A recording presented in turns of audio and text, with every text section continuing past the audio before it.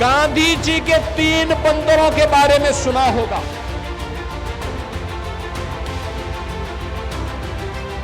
आज इंडी गठबंधन के 3 और बंदर आ गए।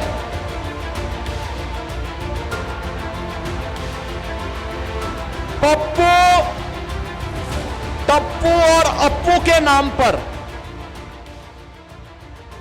सोमवार को यूपी के सीएम योगी आदित्यनाथ बिहार दौरे पर रहे। उन्होंने कई विधानसभाओं में जनसभाओं को संबोधित किया, जिसमें उन्होंने सबसे पहले दरभंगा में आयोजित एक जनसभा को संबोधित किया।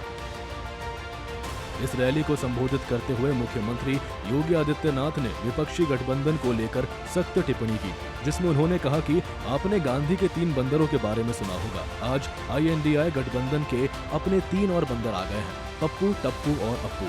पप्पू सच नहीं बोल सकता, टप्पू सही को देख नहीं सकता और अप्पू सच नहीं सुन सकता। ये 3 बंदर परिवार के माफिया को बहला फुसलाकर और उन्हें अपना चेला बनाकर बिहार की सुरक्षा में सेंध लगाने की कोशिश कर रहे हैं।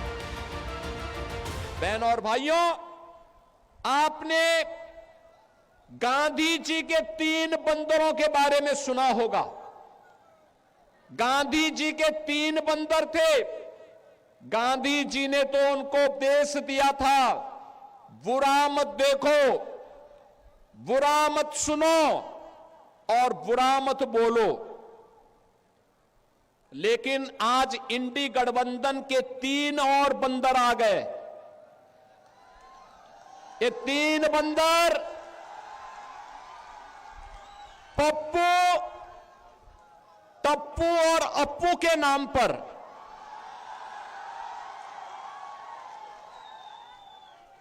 पप्पू, टप्पू और अप्पू के नाम पर।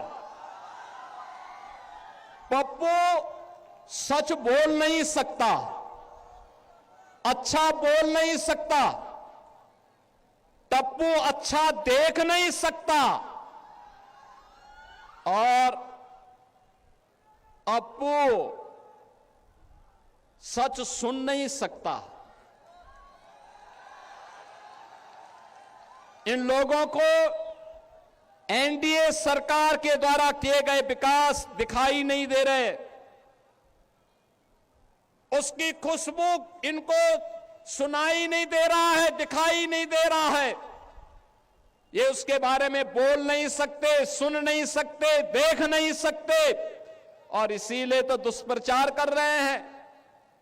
आपने देखा होगा कांग्रेस के नेता राहुल जी जब भी कहीं जाते हैं भारत के खिलाफ बोलते हैं, भारत के खिलाफ बोलते हैं, भारत को अपमानित करते हैं, विदेशी आक्रांताओं को महिमा मंडित करते हैं।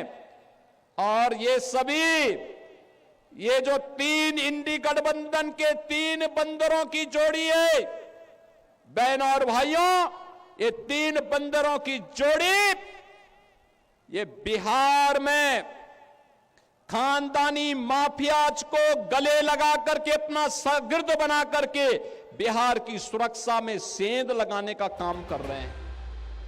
इसके बाद सीएम योगी मुजफ्फरपुर विधानसभा क्षेत्र में आयोजित जनसभा में पहुंचे, जहां पर उन्होंने जनसभा को संबोधित करते हुए कहा कि 1992 से लेकर 2005 तक बिहार में 6 बजे के बाद कर्फ्यू जैसा माहौल हो जाता था। पटना हाई कोर्ट ने टिप्पणी की थी कि बिहार में सरकार का संचालन गुंडों के द्वारा हो रहा है। पेपर लीक एक धंधा हो चुका था। गरीबों को तो राशन नहीं मिलता था, लेकिन जानवरों के चारे को लेकर भी 900 करोड़ का चारा घोटाला हुआ था। इन लोगों ने बिहार के अंदर किस प्रकार का माहौल बनाया था। खानदानी लुटेरों ने खानदानी माफियाओं को जन्म दिया और उसी को वे लोग एक बार फिर दोहराना चाहते हैं। अकेले आरजेडी के शासन काल में 60 से अधिक जातीय नरसंहार की दुर्दांत घटनाएं घटित हुई थी।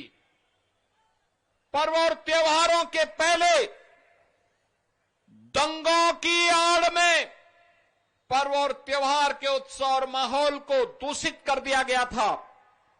हर जाति की अपनी जात आर्मी बन गई थी। अपहरण एक उद्योग बन चुका था।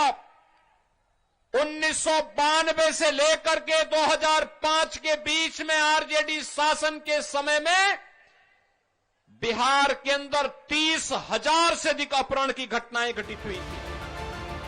तो वहीं इन दोनों जनसभाओं के बिहार के बाद सीएम योगी ने बिहार के गरखा विधानसभा क्षेत्र में आयोजित जनसभा को संबोधित किया, जहां पर सीएम योगी ने एक बार फिर विपक्षी पार्टी के सत्ता में होने के समय को जंगल राज बताया और गठबंधन पर भी जोरदार हमला बोला।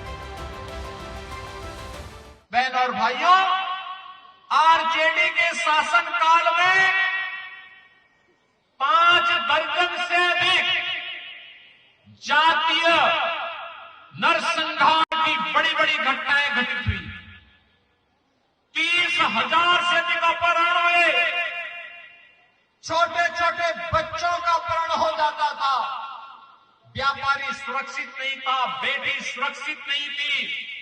बिहार के सामने पहचान का संकट आ खड़ा हुआ था और तब बिहार के नौजवानों ने अंगड़ाई ली थी। तब बिहार में सत्ता परिवर्तन हुआ। बिहार के अंदर एनडीए की सरकार नीतीश बाबू के नेतृत्व में बनी और नीतीश जी मुख्यमंत्री बने। बिहार के अंदर माफिया और अपराधियों के दिन सभी पार्टियों के स्टार कैंपेनर बिहार में धुआंधार प्रचार कर रहे हैं। एनडीए के लिए सीएम योगी के साथ साथ केंद्रीय मंत्री अमित शाह जहां एकाएक रैलियां कर रहे हैं, तो वहीं देश के प्रधानमंत्री नरेंद्र मोदी भी इस चुनाव को एनडीए के लिए मजबूत बनाने में लगे हुए हैं। साफ है, एनडीए इन चुनावों में कोई कोर कसर नहीं छोड़ना चाहती और जनता के मत को दिल से अपने नाम करना चाहती है। ब्यूरो रिपोर्ट, सूर्य समाचार।